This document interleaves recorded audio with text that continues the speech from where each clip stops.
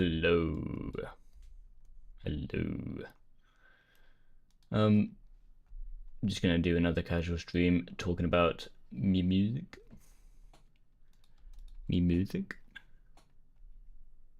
I'm incredibly bored, so I've got nothing to do for a couple hours. So why not talk about music and just kind of go over things I've made, talk about the progression of them, how they're made, the decision making, and so on. This is the stream plan. Yeah, you get the gist. So let's just get on with it. Let's go back to... Ooh, that's a bit... Okay, that looks... Nope, let's just go here. Okay. How does this look smaller than this? Oh, well, doesn't matter. Okay. This made 3 years ago. This is my first give a go at making an orchestral piece. It is terrible. Doesn't sound the best. When I play it, you'll hear the lack of experience. But yeah, I'll just play it and talk about it. Basically, we're going to go from the oldest to the newest, talking about, and then showing the experience, showing the general talent, getting slightly better. I'm still not good, but there is a difference.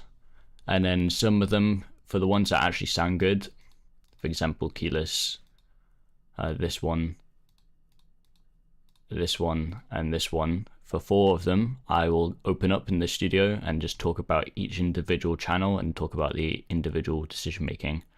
But first, yeah, we're just going to show the progression of the music, talking about the built up of experience from 2023 to now, or 2026.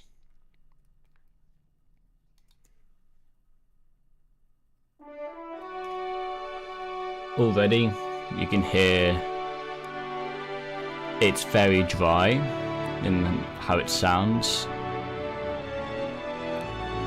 There's a lack of reverb, so it sounds very computery. It basically just sounds like MIDI, and it doesn't sound very good.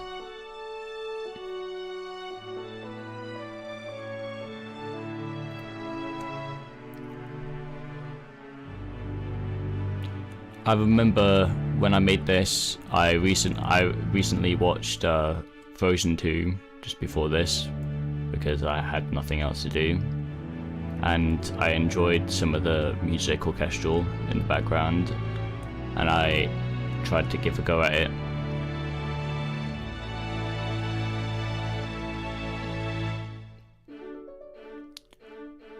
It isn't the best. As you can hear, it's terrible, but you will start to notice a slight experience build up as we go through each one from 2023 to 2026, like I said.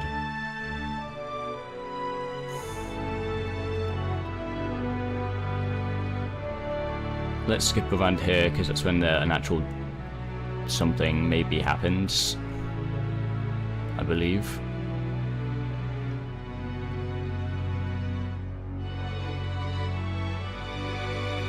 I like that chord. That's a nice little chord on the high strings.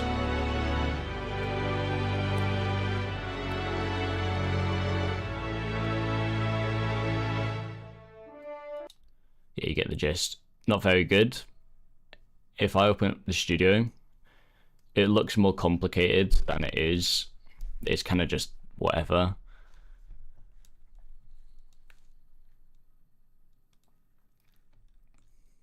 To be honest, if you probably added some reverb onto this, and if I cleaned up some of the notation and the chords and stuff, it might sound a lot nicer.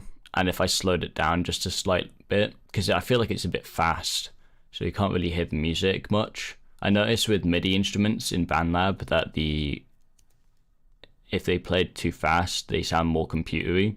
which is why most of my music is somewhat slow, around 80 to 100 BPM, and a few of them at 60 BPM, because it sounds better when played slow because it has more time for the MIDI to kick in rather than playing the very beginning and sounding very robotic and, you know, choppy. But you get the gist. Let's move on to this one. This one I made in 2024. This is when I was actually first proud of something I made in Bandlab. It still isn't the best, but this is when the experience kind of increases quite a good amount. It sounds very dry. You can definitely tell these are MIDI instruments still. As later on, you can hear the experience built kind of takes away that MIDI-ness, because I've found ways around making it sound MIDI and make it sound a little bit more realistic, but not realistic enough that you know, it would replace a real-life orchestra, of course, but there are ways around it. And I'll talk about some of those ways later on if I remember how. It's kind of more playing it by ear rather than having general go-to tactics to make it sound more realistic.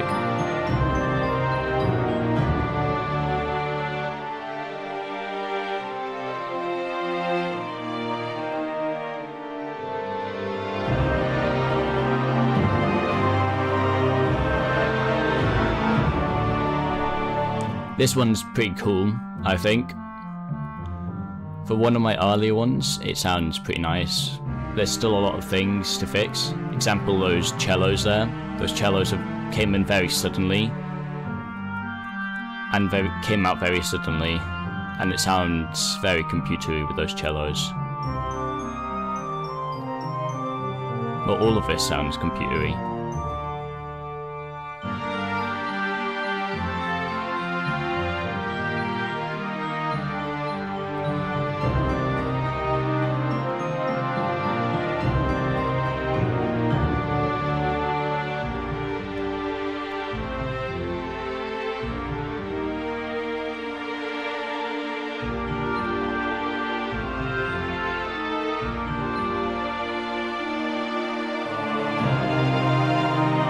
You can hear the use of choirs in the background. This is around about the time when I start using the vocal MIDIs in the Bandlab selection,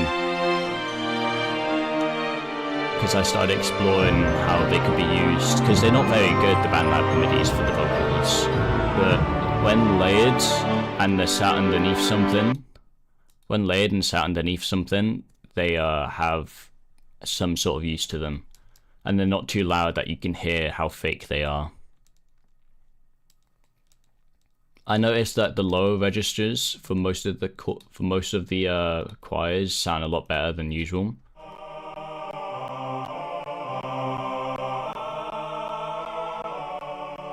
Like, if you ignore the jitteriness, that's just Bandlab Studio in general. But if you ignore the jitteriness, like the choppy chops cutting in and out, they sound decent on their own, but still not good enough that I would have them play on their own, which is why I have them underneath, slightly quieter than everything else. There's a lot of answering calling. You hear the horns play a melody, so you would also hear the contrabass plucking.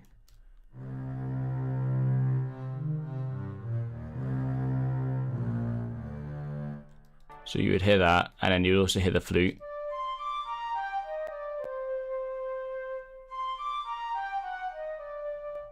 And you'd also hear the clarinet playing along with the flute while having a little bit of different...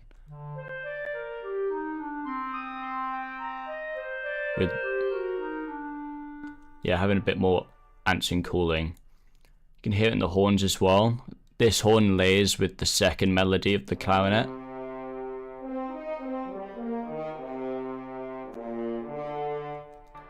And same with the vibraphone and glockenspiel.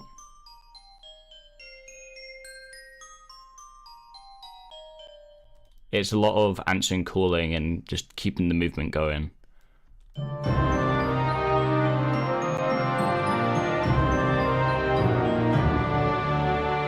I even did it with the timpanis. Timpanis don't usually take melody because in real life, timpanis are super expensive and they're very fiddly to tune because you're using pedals and you're tightening the drums and they need to be perfectly in tune or they sound very off. So you'd usually only have like 2 to 4 and very few more than 4 timpanis around you, depending on how big your orchestra is and what your budget is.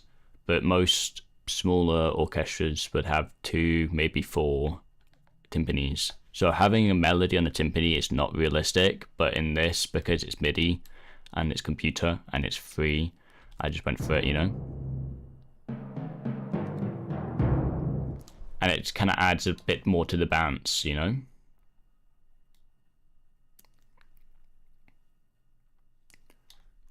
You also hear it plucking on the cello as well. So around here, like, I like the plucking cello. Like, I like the pizzicato sounds on the MIDI for Bandlab. Those are something I enjoy. But you can hear that same motif of do do do do do do do, like playing all the way throughout, and kind of answering, calling between the different instruments, like passing it about, like you're throwing a ball to each other. And yeah, it's the general vibe of this piece. You also heard in that last one, in the concept number 10, that I added a little bit of reverb. That's when I started using reverb in my orchestral music, and it actually sounds a lot better. This one here is a downgrade from number 10, but it's still something. There's some interesting things in this, especially later on. The beginning, I believe this is the one which is a bit weird. So ignore the intro, isn't the best, mainly because it's MIDI and there's not much you can do with MIDI.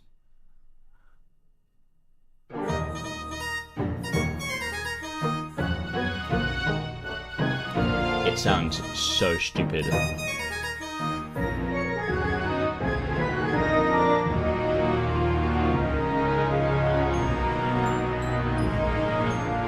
You can hear that answering calling again with the strings, the flute, and the glockenspiel. And there with the horn as well. It's passing around the same motif. Do do do do do.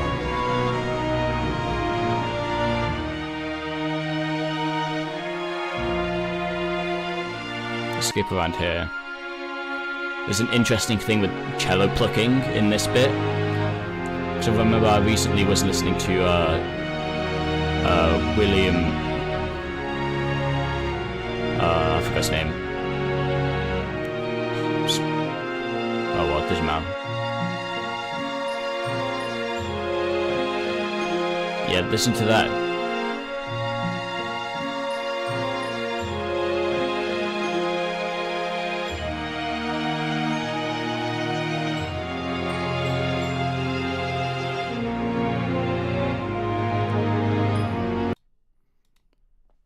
If you go into it, just to do a quick like analyzing of that specific bit, like I was what the fuck is his name? William Harry Potter composer. John Williams, that's what I'm looking for. Yeah, John Williams. How did I forget his name? But yeah, I was listening to John Williams before this, back in whenever, 2024. And I remember hearing lots of plucking in the cellos and a lot of, like in the lower register of the cellos. And I kind of enjoyed it. So I kind of wanted to give it a go. So you hear it starting off in the horns. Do do do do. Like you hear it in the horns.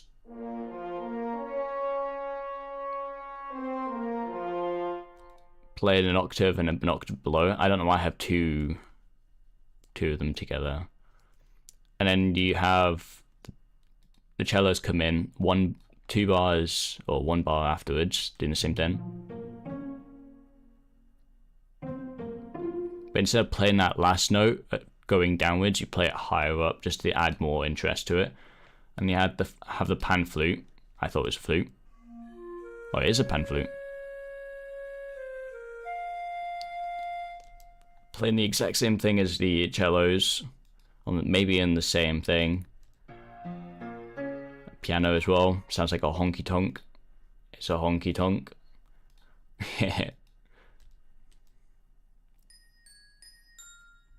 Don't know what that is. And then you also have the high string sat on top of it, keeping it going smoothly.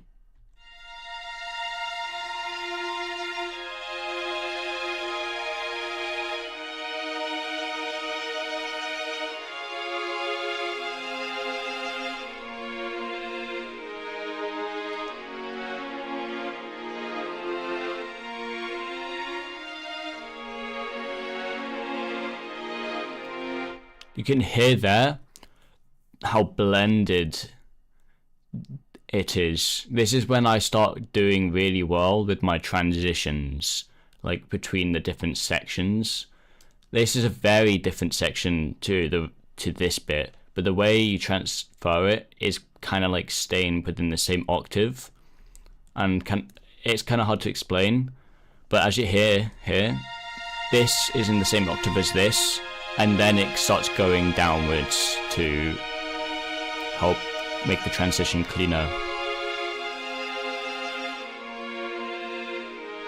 It's in the same octave range, and then it builds up its layers as it gets more into it.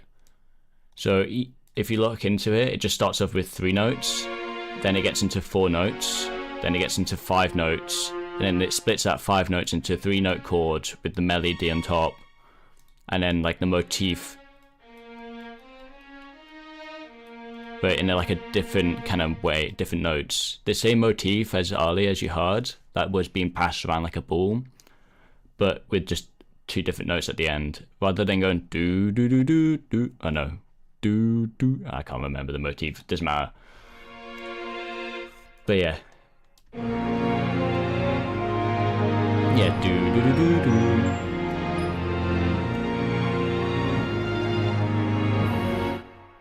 And yeah, you got like vocals and stuff coming in. Doesn't matter. But yeah, this part here is very interesting. Like,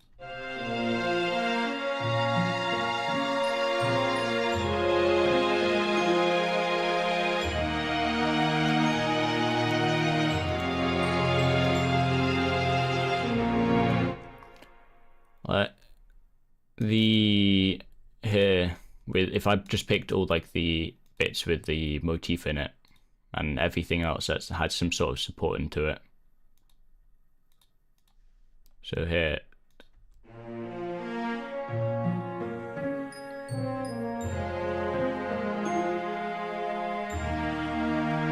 so you're able to hear that being just passed around, you know, like you would hear. It's just like an answering calling thing, you know. Here is a huge leap in overall quality. I made this with my cousin back in 2005 during Christmas when he was staying over, and I think this sounds pretty nice.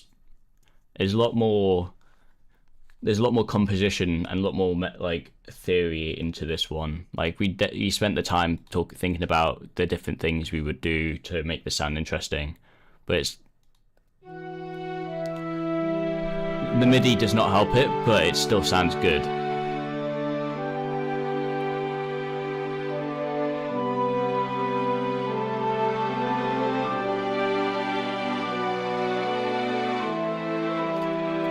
And there's really nice build-up and of tension in this whole area here.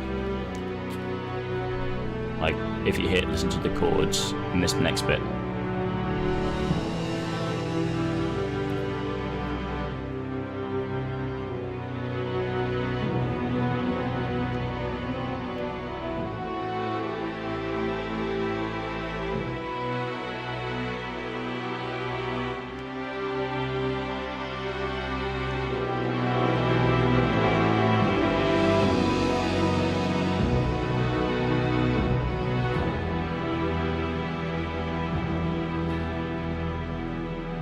Yeah, I think that's pretty cool.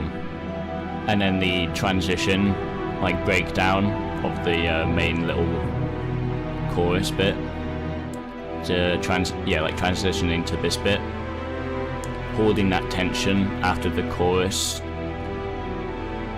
into the verse bridge like section,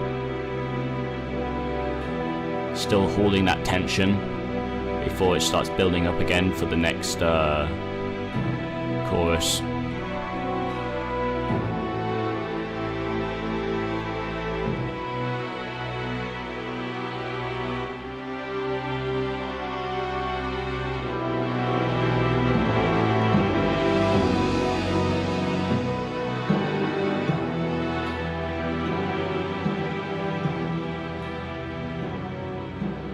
We really tried to control the dynamics of the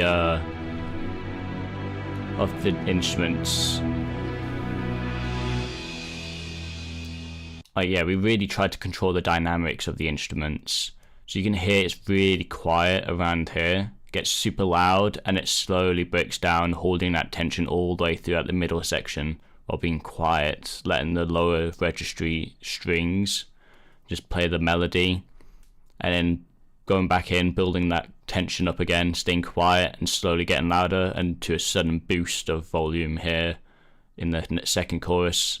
You can also hear the exact same thing. It's like this chorus here is the exact same as this one, but I changed it to where the melodies at the higher register of strings have a slight difference. Like it's more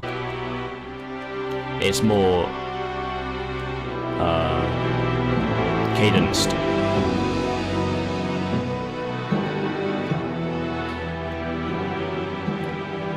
So you got that doo-doo on the melody, while in this bit you don't have it.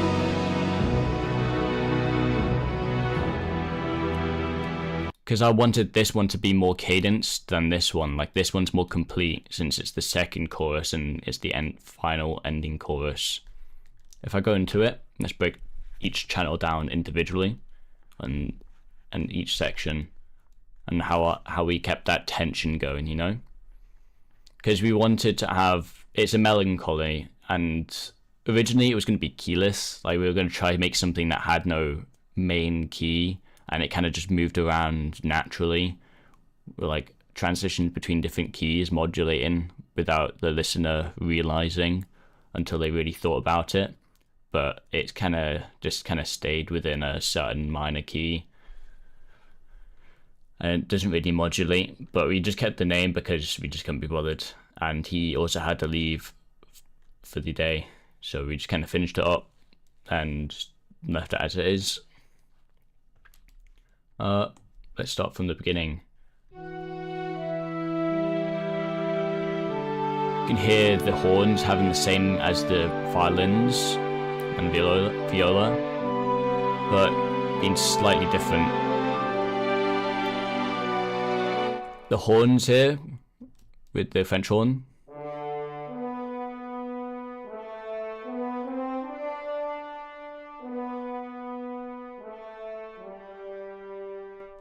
having a nice like secondary melody, just kind of sitting underneath everything, helping keep that movement going. Followed by the vibraphone here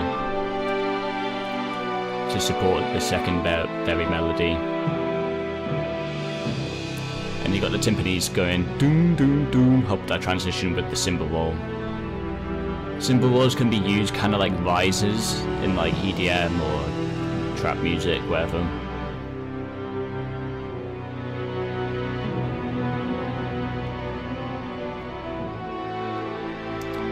Let's talk about this bit here.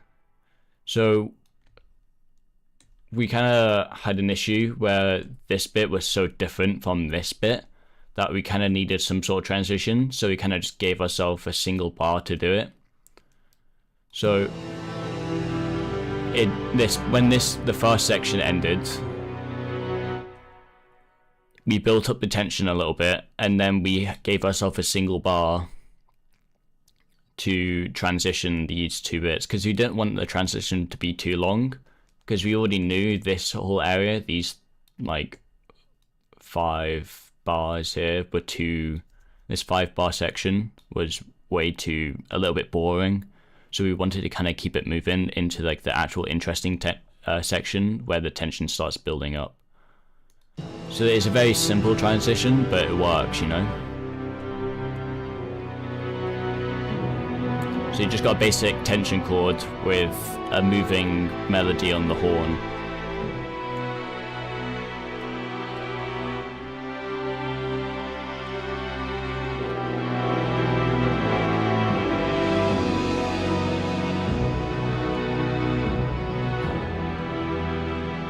And you got the tubular bells playing underneath like a church bell. Ding, ding, underneath.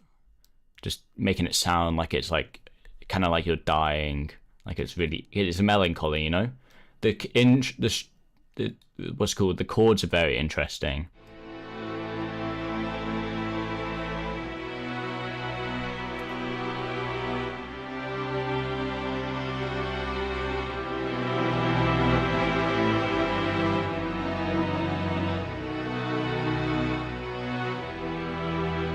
It's so cool. Those chords, they're very simple chords. It's just an A minor with a little bit tension, like on the melody. Like doo doo, just holding a little bit of tension, keeping that movement going. And then with that little doo doo with the horns underneath, because the horns going upwards, going from an F sharp to G, while you got the melody, the ostinato melody on top of the strings going, well, it's not really an ostinato, but the upper melody on the strings going from an F sharp to an E. So it's like a blend between an A minor and a E minor chord sat on top of each other, holding that tension. And then that second chord, holding that E while playing a B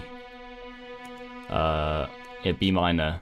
So instead of being like a basic B minor, we're holding that tension with the E here, and then transitioning it into a G7th.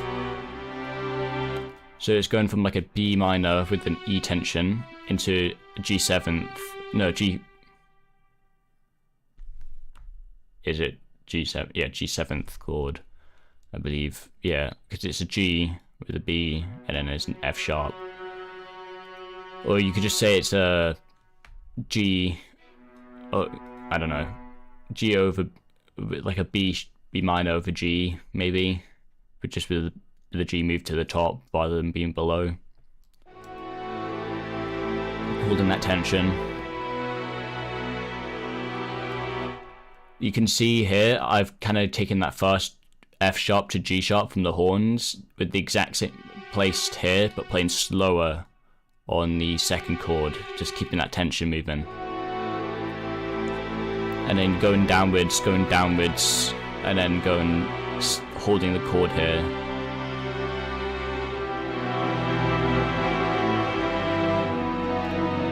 So, and then here, rather than moving around on the upper strings, we started moving around on the lower strings.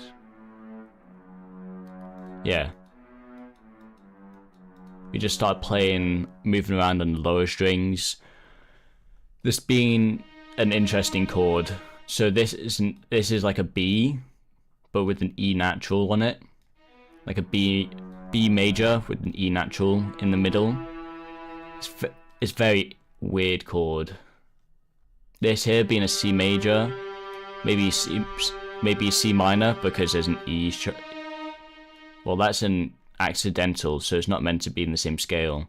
So you got like a C major here, because this is, yeah, that sounds major to me. So it's a C major with like a D major, maybe, yeah, D major on top of it, and then, you know, going into this weird interesting chord here, moving around on the lower registers, And then you got that motif playing below everything on the horns. So if I just stop the horns from here.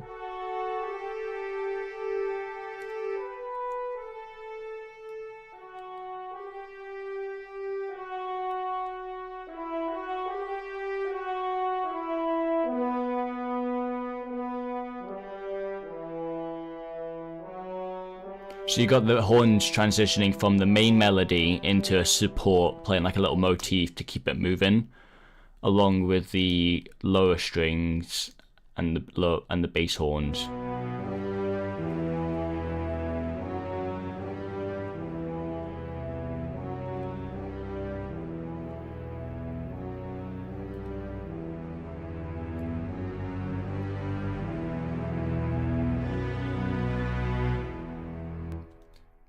Interesting with the lower bass notes picked. Oh shit, here. Listen to these lower horns.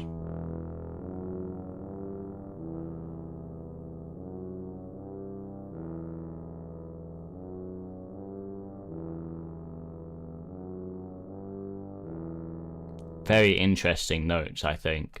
If I was to play these two together with the contrabass, just to hear the strings on their own.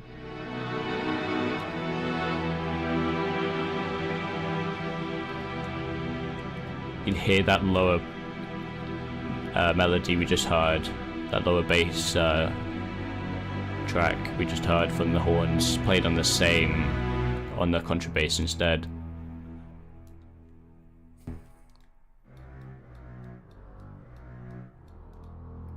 It's very simple, but when it's combined with everything else, with this little motif, like with that little motif, and with all the tension chords slowly breaking themselves down, like where each note is held, and then they only stop after, like separately from each other, to sound like it's like breaking down and ending. But yeah, we kind of wanted to keep the chords and the tension just moving the melody and the movement, passing the movement of the melodies and the rhythm going between the upper registries of the strings, the lower horns and the lower strings. Like here, you know, you got the movement here and then movement on the lower strings, and you go upwards holding that tension chord here at the end as it finishes and cadences. And then you got the interesting little tubular bells here, just kind of playing in the background, kind of like it's kind of like, since it's melancholy, it's kind of like you're dying, you know. It's like the church bells ringing as you go to a funeral.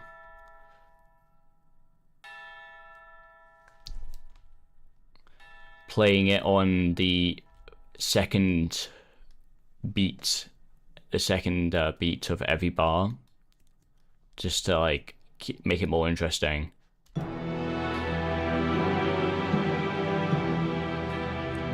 So you kind of got it on, you kind of passing it around between the timpanis and the vibraphone, and passing it all along to the tubular bells.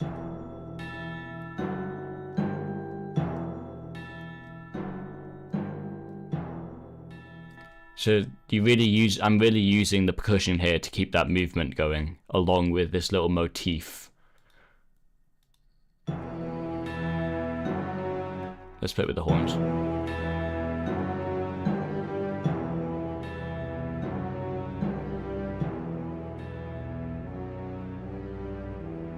And then it kind of dies out while the tubular bells keep going. So I'm really keeping that movement going in the lower registries while the upper strings hold that tension chord, you know? Just keeping it interesting. Giving each of them something to do, giving them each one the mission to control, and letting them just complete that mission. Upper strings hold that tension, lower strings and lower horns with the percussion, keeping that movement and rhythm going, while that tension slowly dies down and cadences with a minor chord. This one here, interesting. I kind of stole it Kind of stole it. I didn't realize until afterwards that basically what happened was basically my friends and I were trying to make a short film and things, didn't get around to it. So I made multiple melodies, like examples of, the music that could be played in the background. And I made this one. I thought it was really cool. And then I sent it to my friend and he was like, isn't this certain theme tune from this like old 80s, 90s TV show? And I was like, my bad. Interesting. Well, people won't notice. It's mainly the beginning, but it's like a straight up steal. But I'll play it anyway because the composition and the production is pretty cool. Even if it's not exactly original, this one.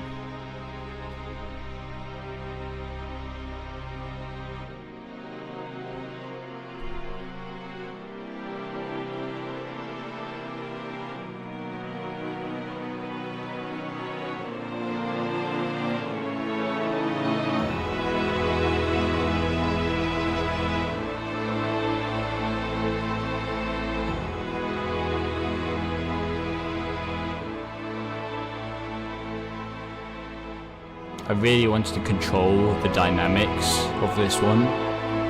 As you can hear, there's a lot of low volume and a lot of high volume playing. And I really wanted a nice ghostly effect from the vocals in the background of this one, as you can hear here. Like it's like souls in the background, like screaming.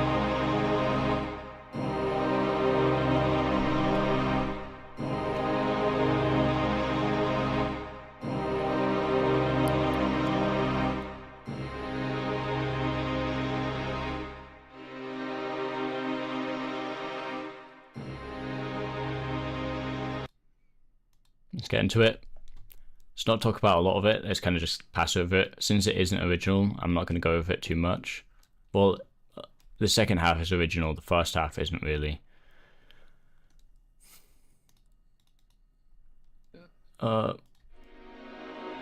Yeah, all this bit here, you're kind of building up the tension with each chord passing by, melody moving slowly upwards, eventually cadencing into the chorus.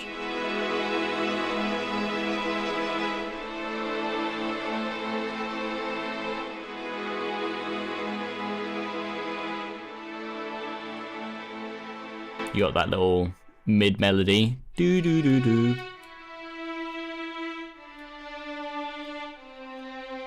And then here, when it gets to the breakdown,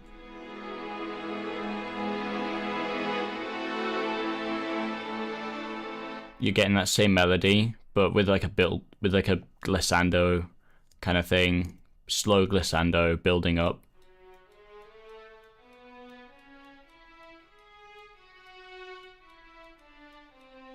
It's the same notes as here, but just playing it like twice as fast, while the chords play around it. First to get the here. No, not these ones.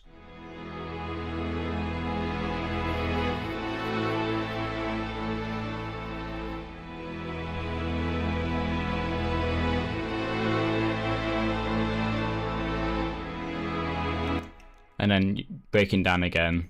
Yeah, it's from around bar 9 when it's all original. It's only... yeah, bar 9 and onwards is mostly original. And then bar 13 onwards is all original. It's 100%. It's... so yeah, that's basically where the parameters are. And then here, I kind of... if you listen to it... no, without this bit.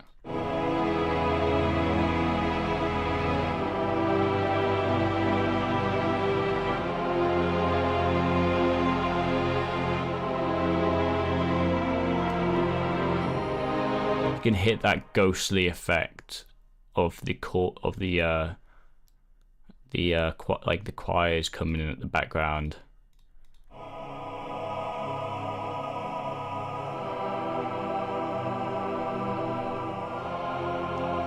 It's like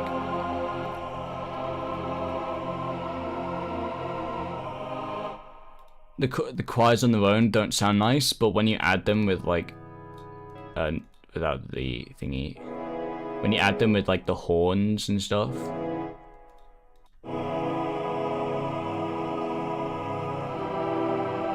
there's like a ghostly effect. There's like a ghostly effect of kind of like dying souls, which is kind of what I was going for with this one. There's not much else to talk about. You can see that it's kind of all just duplicated of each other, because I kind of got lazy with this one. I just duplicated the same MIDI on top of each instrument and kind of changed the upper register. This one isn't good, but there's a reason why I'm playing it, because it's kind of like showing different expressions of orchestra, like different emotions you can kind of pull out with orchestral music. Isn't the favorite, but it's something, you know.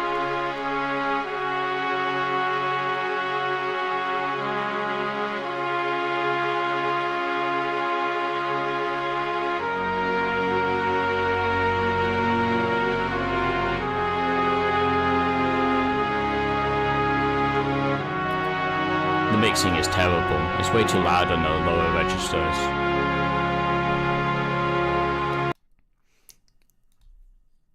Let's just go into it, go over it for about 5 minutes because it's short and there's not much going on. It's kind of just holding like a major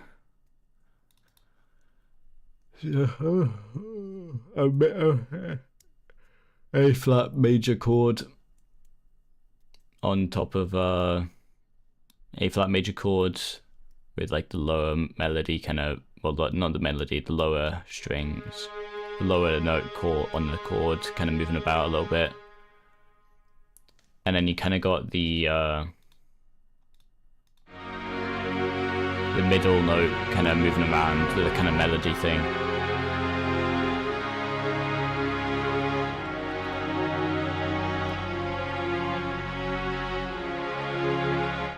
And you got that same melody here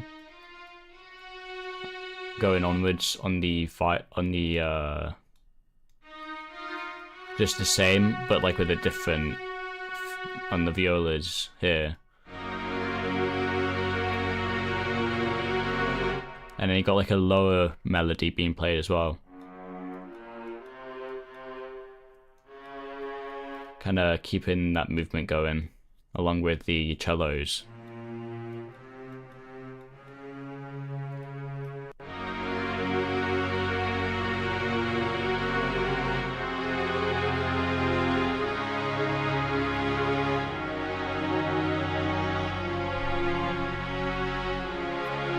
There's not much to talk about. And then I'm using a flugelhorn on the melody here.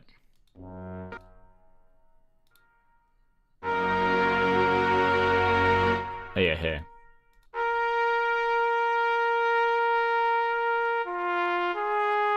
I really like the sound of the flugelhorn, and I've got a trumpet, like a trumpet, concert trumpet played underneath just to add a layer to it, you know? There's nothing much going on in this one. It's just showing like other things you can do. Here, this one is okay. It's not the greatest.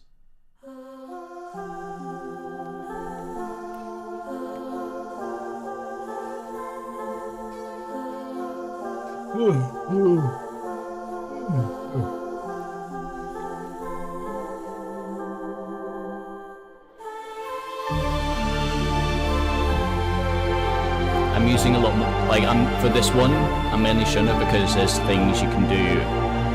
You can like add synth kind of things as well. You don't need to restrict yourself to the basic orchestral instruments.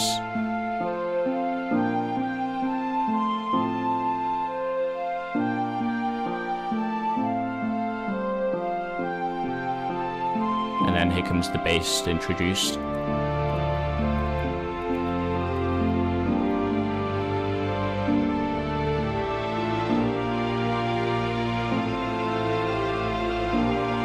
And then here comes the breakdown.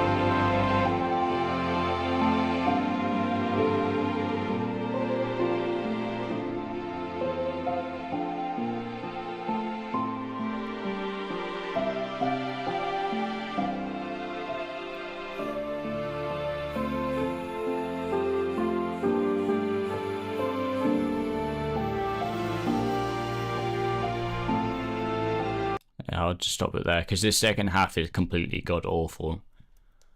I'm not going to show the second half because it's embarrassing, you know.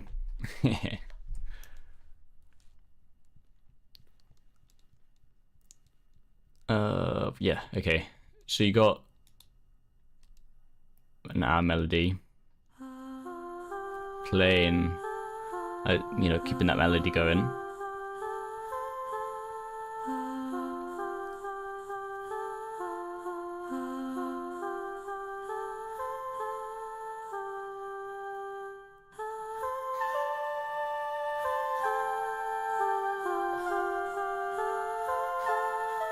So you got that higher upper ostinato playing above it,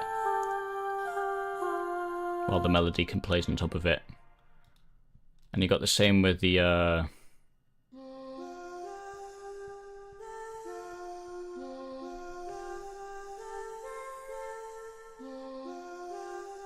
yeah, just playing the same thing, just with a different layer of vocal.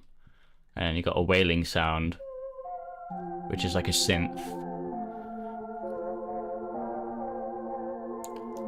Here you can hear there's like a secondary melody played underneath it,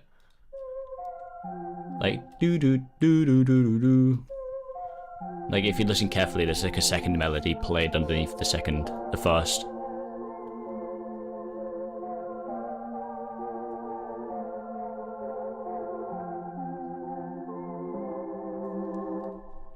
And the second melody is kind of being supported by the chords. So if you hear this bit,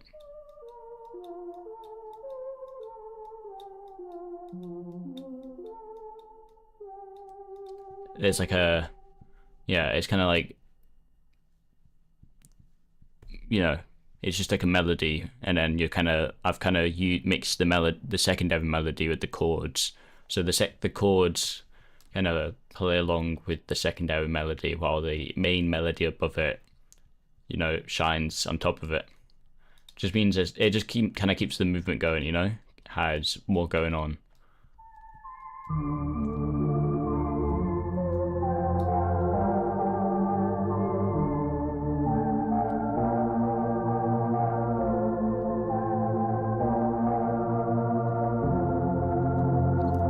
There's not much to talk about this bit.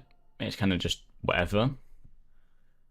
It's kind of just play the same kind of usual things. You're kind of just adding a synth on it. I've got an 808 here. Kind of help adding to the bass. Same with the piano. Just to add more layers to it, you know. And then here's just like the upper registers of the strings with the piano, flutes.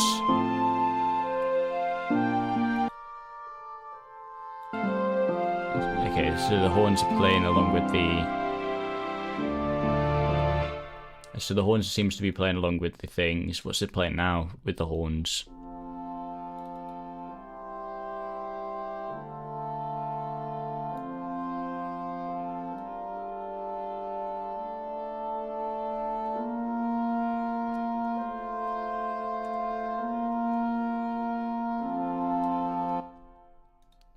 Interesting. And then you got the lower strings being introduced to support the chords before it gets into the final breakdown. This final breakdown is really interesting, with the wailing synth.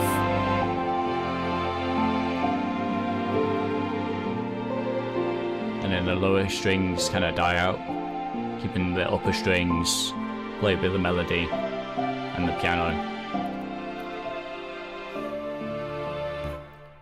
And then this, but like, I really like this little bit.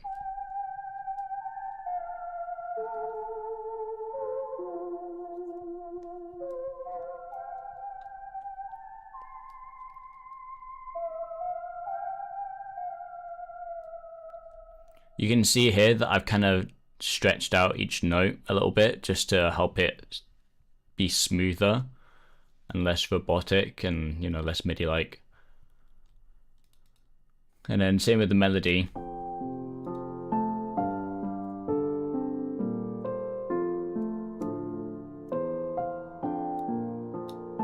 Played with, oh, it seems like that secondary melody that played earlier is still there.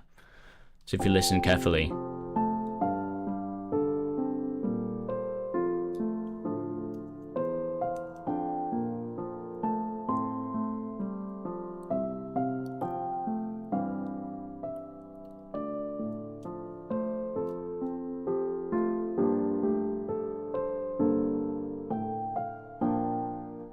And yeah, you get the gist. I'm not playing this bit. This bit's completely god awful. But yeah, it's cool. It's cool. It is what it is. It has some sort of thing to it, you know? Okay, this one. Don't exactly remember what this sound sounds like. My ears. Turn it down.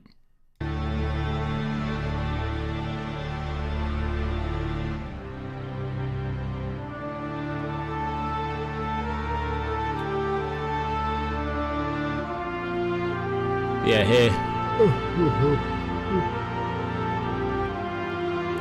I did a lot of experimenting with vocals again for like melody reasons while being layered with something else.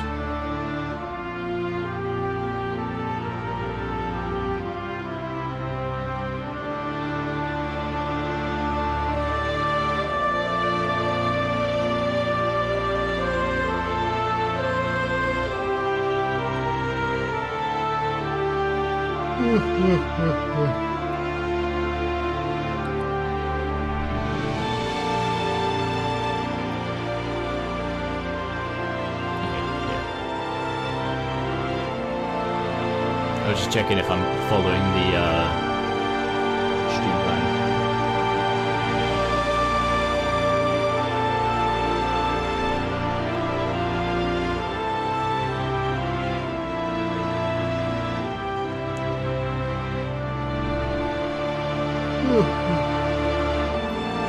You can hear there's this one's not the best mixed and isn't the best produced.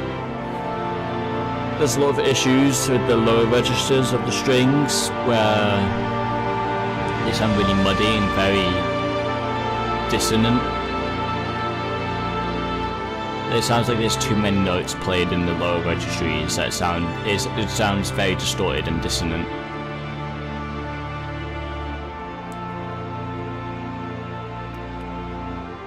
So we can look into that reason why when we open up the studio.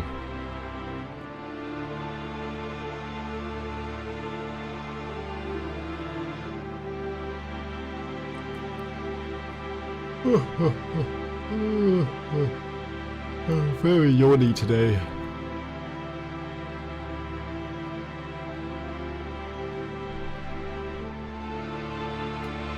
Yeah, you can hear more of that vocal experimentation with the melody layered with the flugelhorn, and you can hear like a slight bit of with the woodwinds, mainly with the flutes, and do do do do do do do, keeping like a movement going on the chords.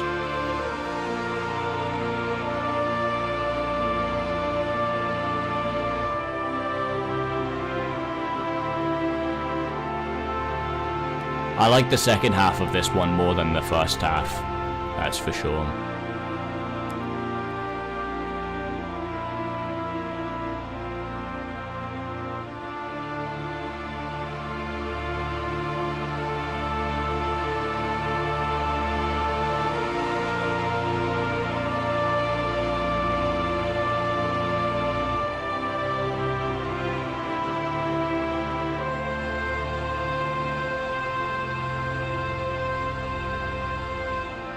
You can definitely tell that playing with the slower speeds with the BPM lets the MIDIs actually play, and rather than being choppy with the faster BPMs.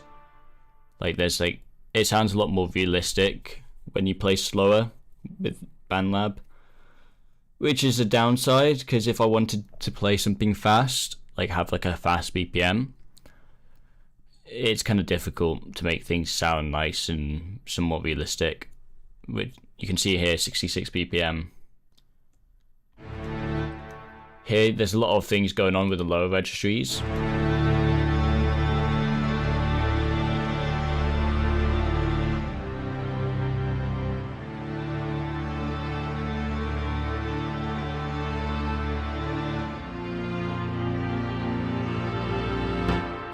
You can see a lot of layers with the woodwinds and the vocals here.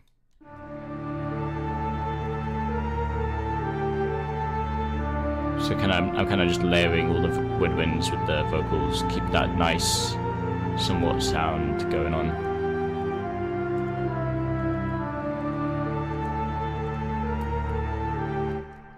And it's this bit.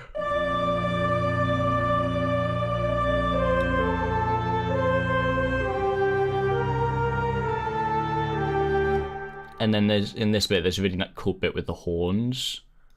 So if I get rid of the nope, these horns here.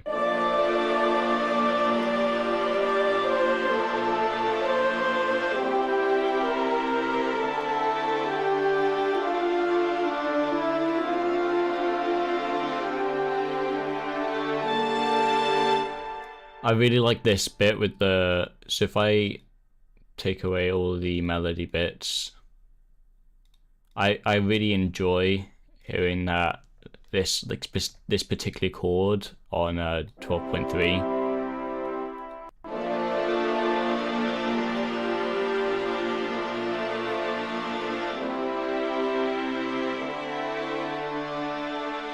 And with this one slightly extended note on the, I don't know why it keeps doing that, with that one slightly extended note here,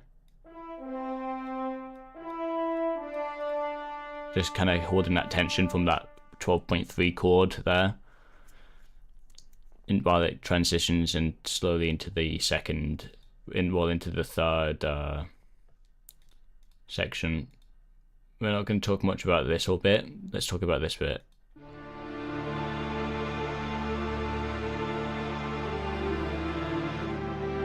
So it's kind of holding those tension chords, just playing softly with the strings and the lower, very quiet horns, and a single pedal note on the cello contrabass channel.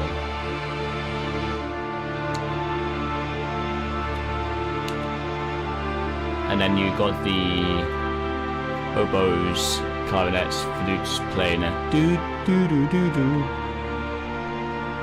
playing along, just keeping the movement going, but softly, not loud enough that you can hear it, but not much.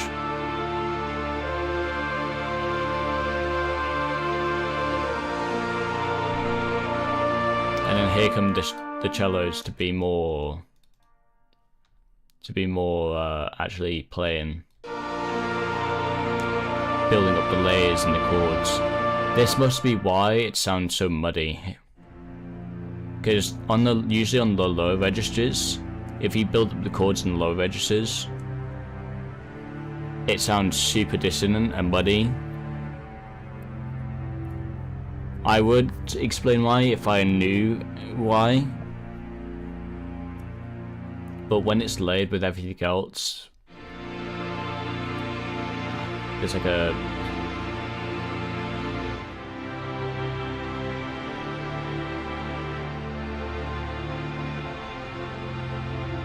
yeah. It's not as strong there, but when everything's layered, there's definitely some sort of dissonance to the lower registry, which kind of takes away from that nice sound. But yeah, it's kind of what it is, you know? it's interesting, this second half here. A lot more interesting than this first half. This first half is not the best, but the second half is definitely interesting, especially with the more experimentation with the melody being on the vocals and layering different vocal sounds. Here I'm using lush vocals,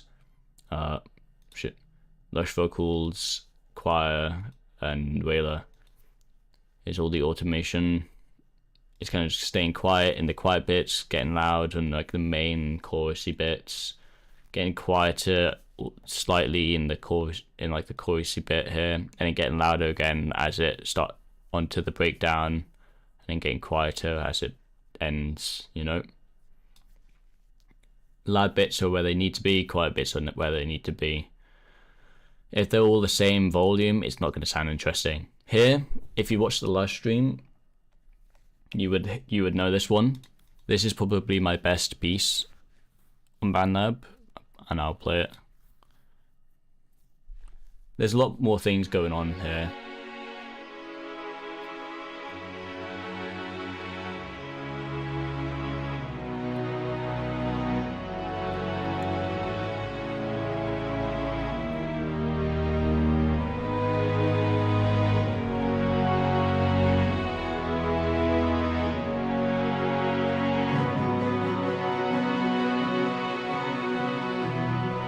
You can hear the plucking of the strings with the playing as the woodwind's playing the upper bit of the, like a staccato kind of thing, and then you got the toms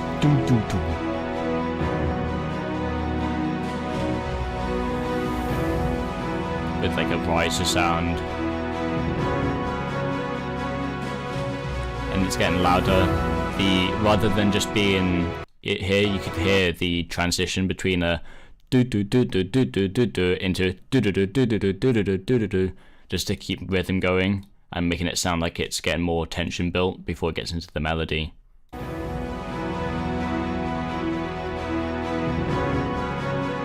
And then the chords are building up as well, and it's getting louder.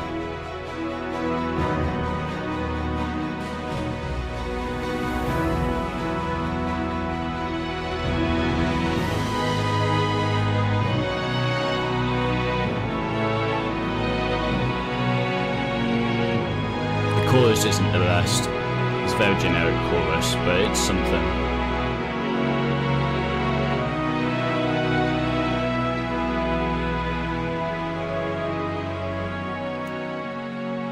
We can talk about that little melody there in the breakdown of the chorus.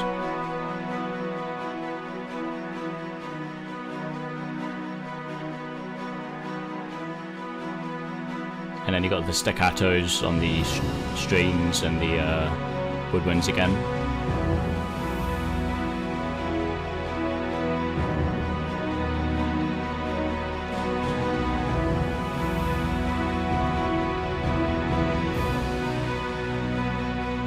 And then going into triplets rather than basic eighth notes on the staccatos, just to keep a rhythm going and transition it. Make it more interesting in the second half.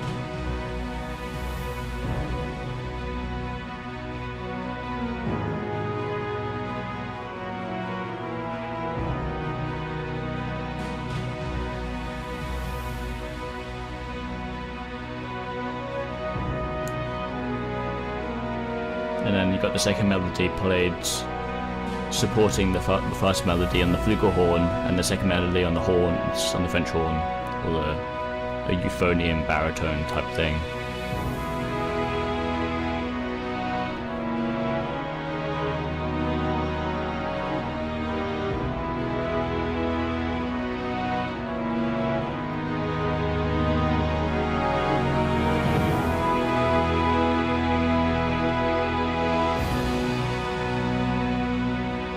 This is heavily inspired by the Spirit theme, which is one of my favourite soundtracks of any film. I've never watched Spirit, but the soundtrack is very nice.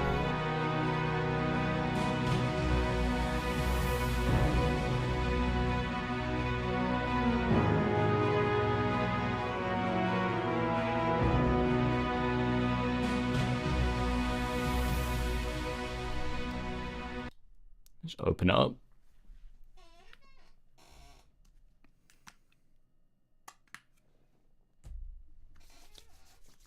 Put a hand gel on my hands as it loads.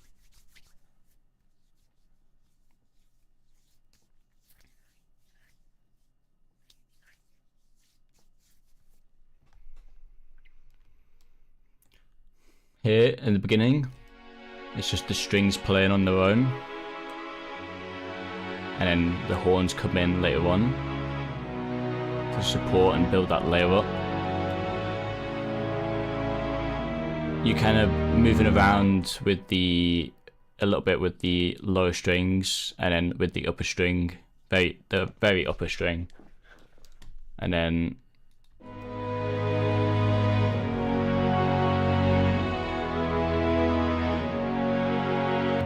kind of cadence in there before it gets into the fast bits.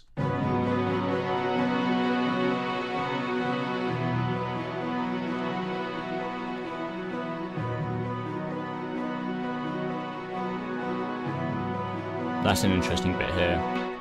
So let's talk about these clarinets and flutes here, and cello plucking.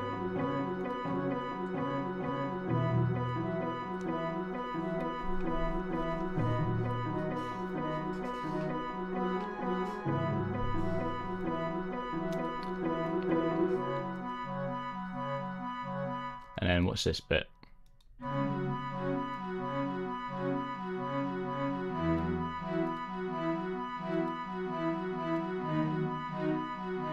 Are those dry? They don't have any reverb. Yeah, they're dry. That's kind of weird. Oh well, it doesn't matter.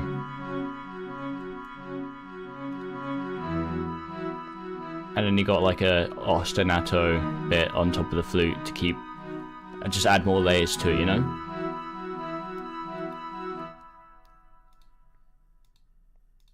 Add something, keeping it moving. And then above all that, you got the chords.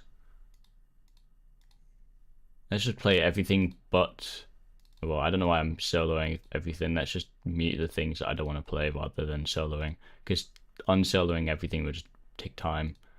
So let's just mute the things we don't want.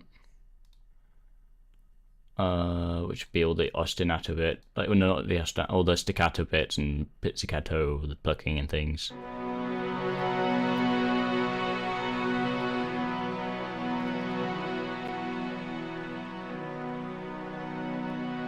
You can hear how empty it is once you take away all the staccato and plucking.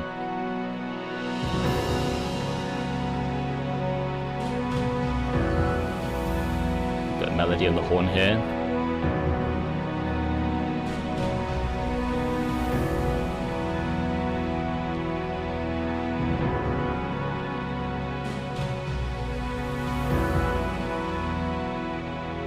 And you got a little bit of a doo on the flute here. With like an E and an F sharp, just to make it have a little bit more tension to it, a dissonance. And then you got the tom drums here. If I was to play the percussion on their own. Timpani's played fast at the beginning.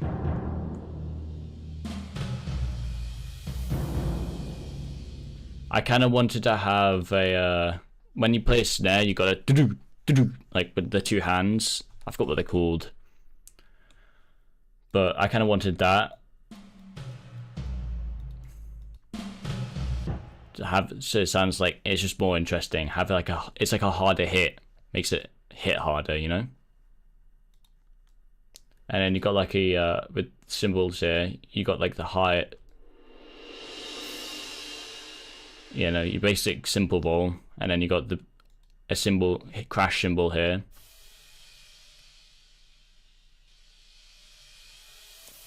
And then you're reversing the crash cymbal here as well on the second one.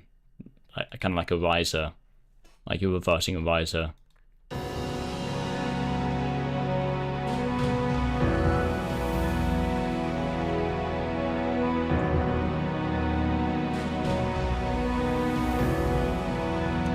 And then you kind of got a pedal note going through it throughout on the B, just keeping that pedal note as everything else moves around it. Let's see what else. And then here, let's talk about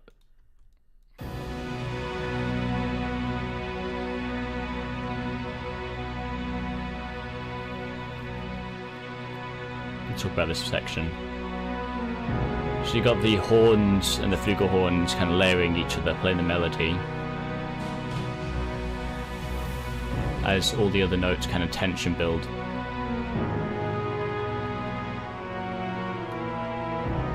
And you got these two chords here playing on bar 7 to 7, just to break up the tension, you know. And then you got the horns and the flugelhorn passing the notes of the melody around, just playing chords on each other, supporting each other. It's kind of answer call, supporting each other. Here, I'm going to talk about this section. It's just like a from bar 91. I'm not going to talk about this. It's just like a basic, you know, basic chords, melody.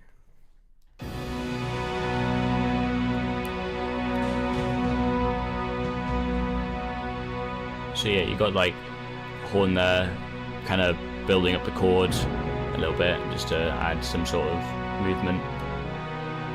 And you got the same section as before the chorus, but just kind of breaking it down rather than continuing it to a third final chorus. Yeah, you get the gist. It's all very interesting stuff, very interesting. It's a lot simpler once you break it down, when you start actually seeing it in the studio. It's a lot of simple things.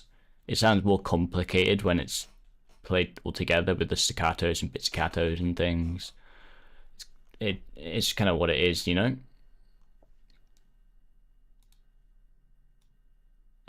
Before we close it, let's unmute all the pizzicato things, and then let's grab this bit here, just to talk about the. Is it this bit or? I'm trying to think where it is. Is it here? Maybe it's in this one.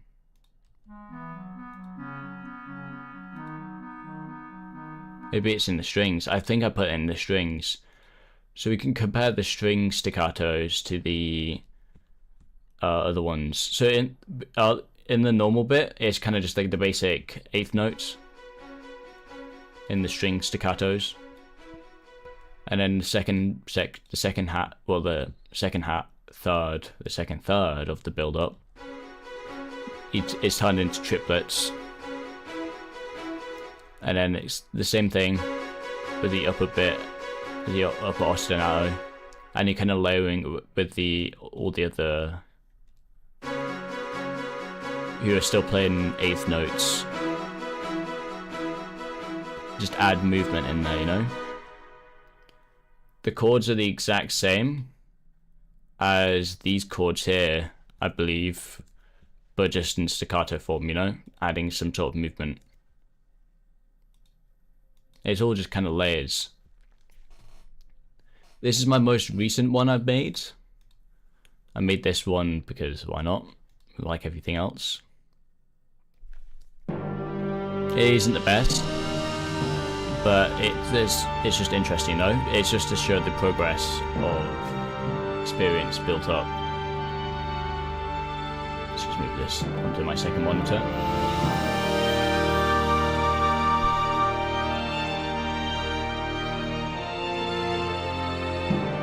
Here in like the beginning intro bit, you can hear the clarinets play loudly on like a high, like upper register high chord. Just have like a ringing sound kind of thing.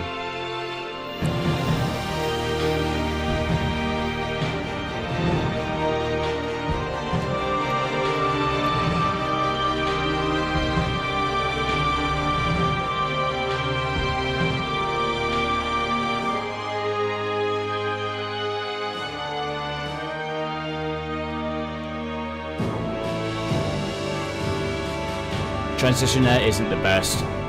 It's kind of a boring transition. Wasn't the most smooth. It felt forced.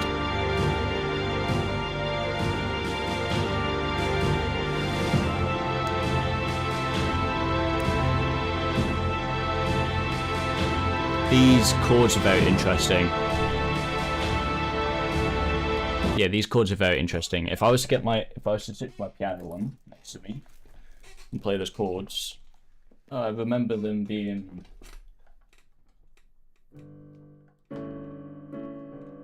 so it's like a major.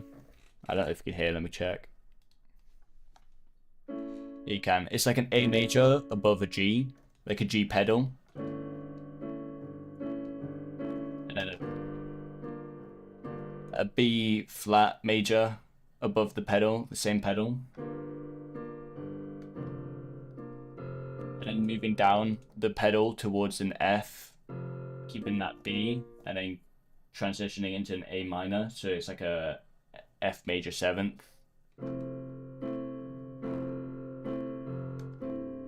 And then moving that F to D.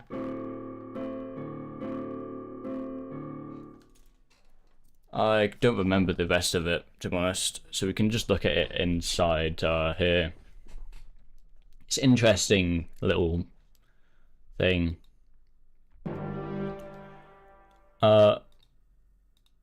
Solo violin.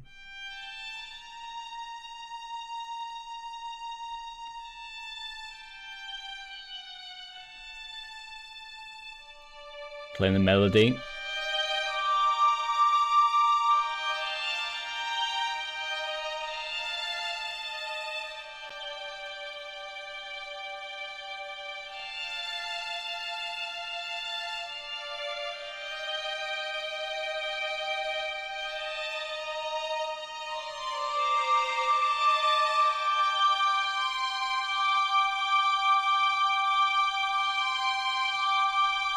It is what it is.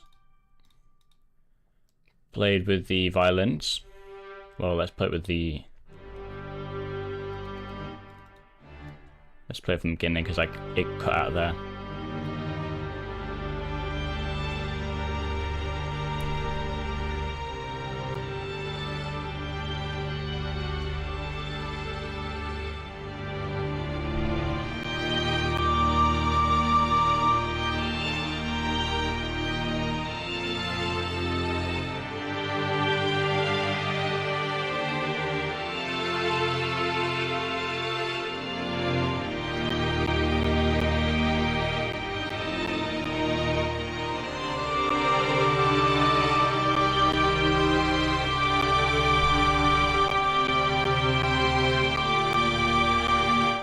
Yeah, you get the gist. It's a very basic thing. It's still interesting enough, but it's kind of just basic, you know? There's not much to talk about. The percussion, though. Interesting percussion. So, let's start from here.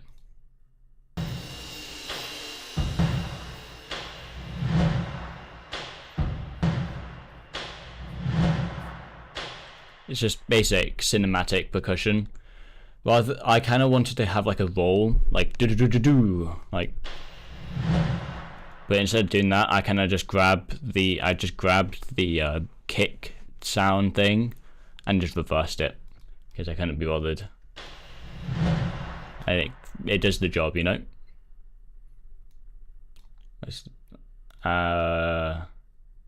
Here is the interesting chords.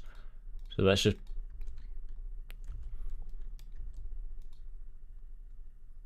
Is he gonna play? No. Okay, well...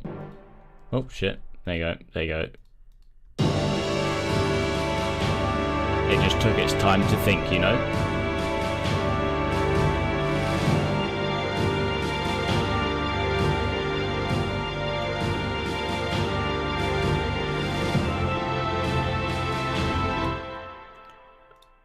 Here, let's talk, so you can hit those chords that I talked about earlier.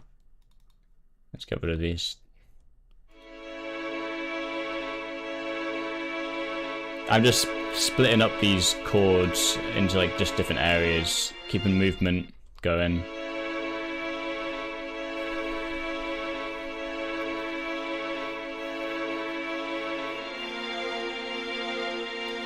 Having that C note there, holding a tension. Just to transition it more into the A. And then if I got to the cello here,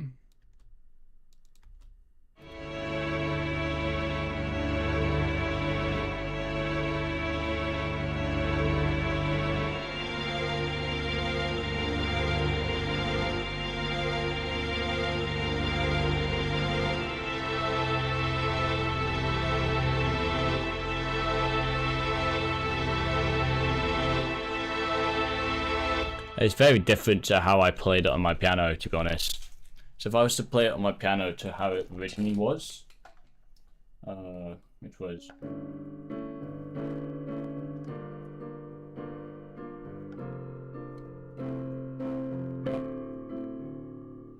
and then...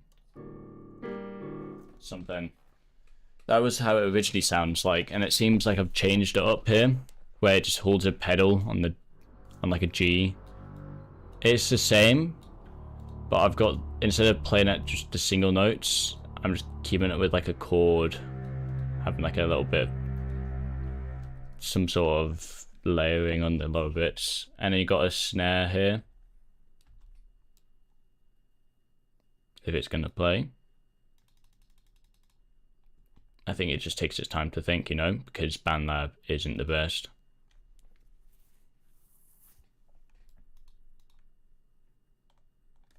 Maybe let's just reload the page. Let's reload the page.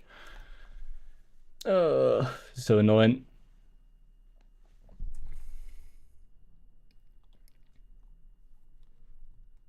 Yeah, you can definitely see the limitations of Bandlab here when it's on the larger, like the larger bits, like the larger projects, and it's kind of struggling with those.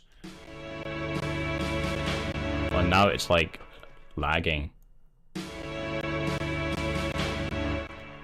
Yeah, you get the gist. If I was to take off these bits and just play it's just like a basic snare, you know, playing the basic melody, basic rhythm, doing the same thing again with like a click sound on the percussion, and then the rest of it's kind of like the same. It's kind of just building up the tension. This whole half is the same half as this. Oh, actually, no, it's not. No, it's not. No, it's not. I'll just go off into the actual thing, so we're not having to listen to thingy bobby, like the cutting out.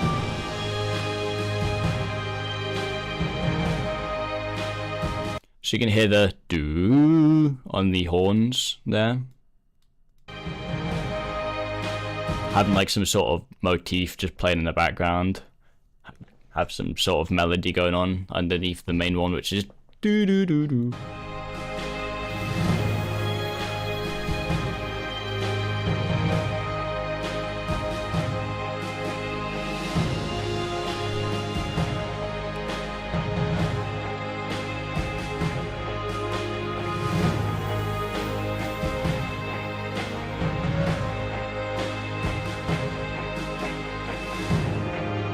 And then you got a tension chord there, which will play all the way through the end, and then there's going to be a second chorus here. The same thing here, just played on the upper register with more thing. And yeah, you get the gist. I would go into the studio, but Bandlab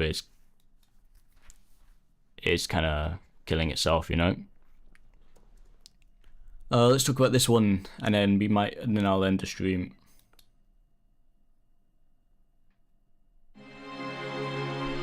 This is also made for the Judgment little short film thing that I was going to make with my friends but never got around to. This was going to be just the basic theme.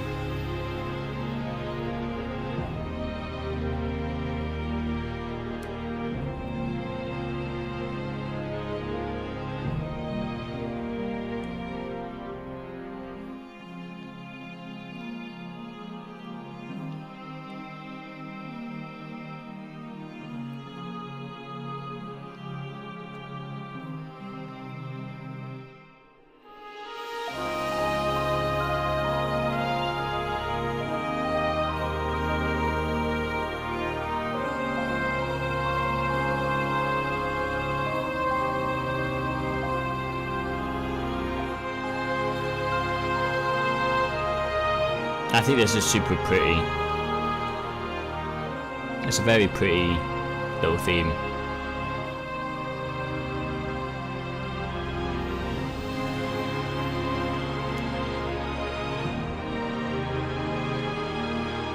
And then the rest of it's just the same, just with an octave up on the strings.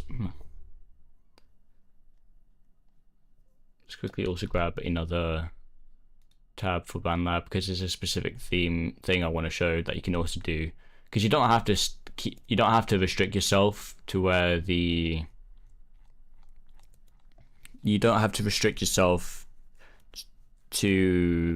where you have all the orchestral stuff only playing specifically orchestral things. It'd be this here. Let's just grab this, and then yeah, you can play that later. I'll break down this. So you just got basic upper register strings kind of playing, introducing it. You got bells and a few more choir here. Playing the chords, just breaking down. It's just playing broken chords there. And then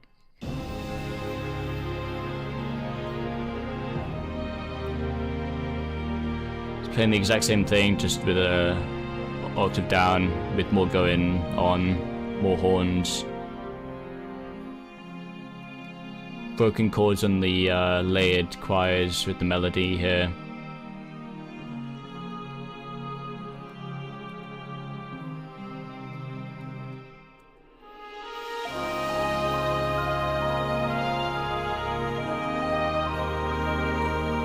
You got a layer of the flugelhorn and the strings here, solo strings.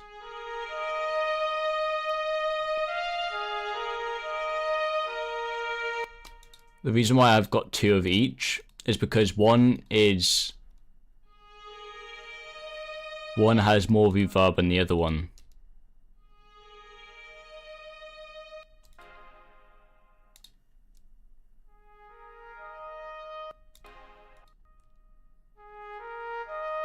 So you can hear, it's more noticeable in the flugelhorn, but I've got one with a lot more reverb than the other flugelhorn. So you can hear the melody, but there's that really long lingering reverb in the background to make it sound prettier. And then you got basic horn chords.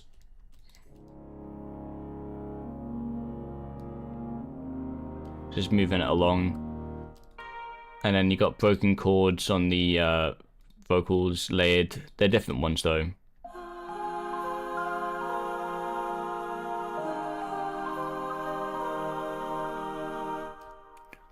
If we were to take away these two ones,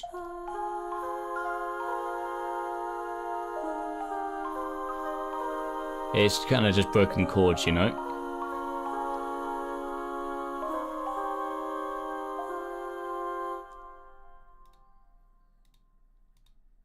And then you're just doing the same thing, just playing the same melody, but with the French horns, well, with all the horns layered with the main melody, and playing the main melody in upper register up, and it's just repeating it and then ending it.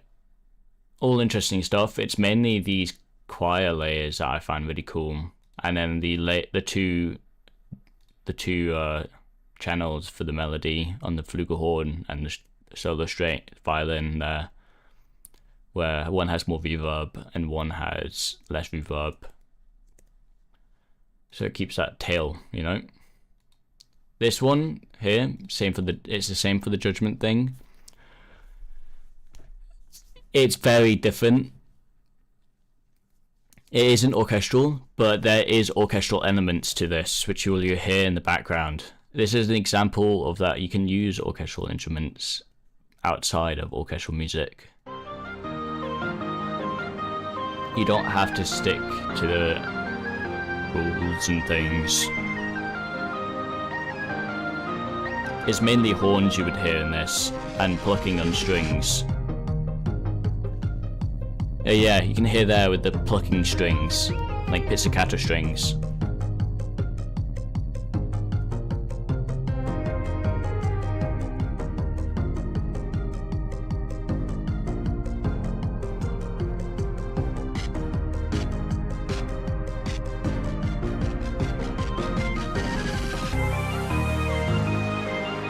And then you can hear the horns there, layered with some distortion on the chords.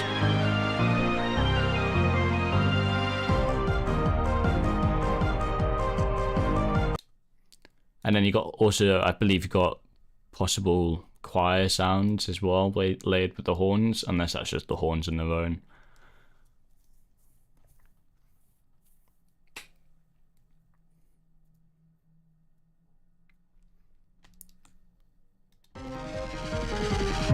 So you got this little melody here, this little motif on the horns with a lot of distortion on it, with a little bit of distortion.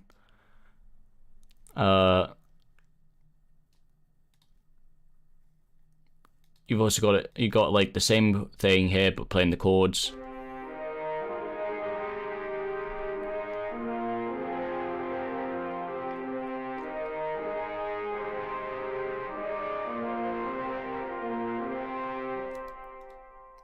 And then you got pizzicato strings here, with yeah. Well, and then actual pizzicato strings. Those are just normal strings on like a viola thing.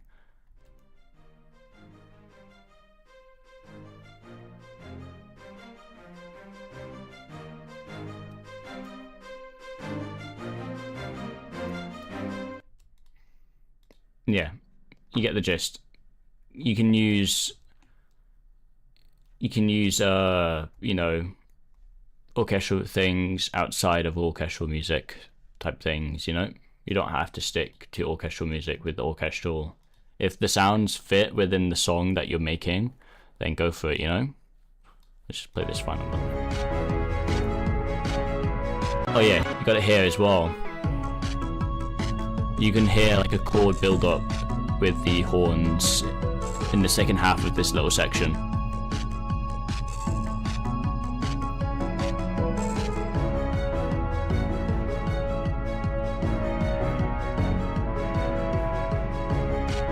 With the pizzicato strings.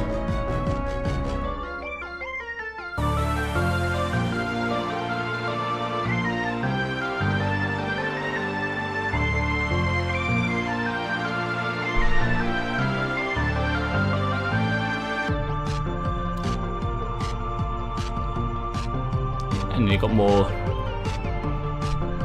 staccato strings there.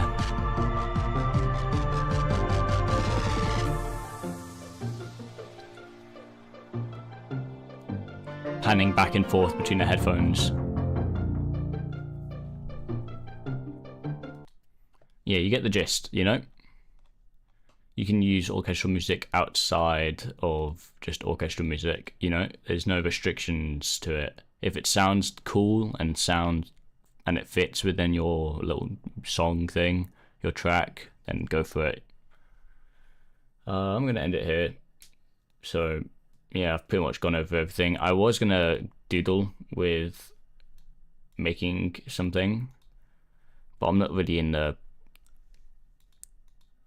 you know, I'm not really in the current creative mindset right now. I'll just play what I'm making currently for somebody. This is the last iteration of it. It isn't the best.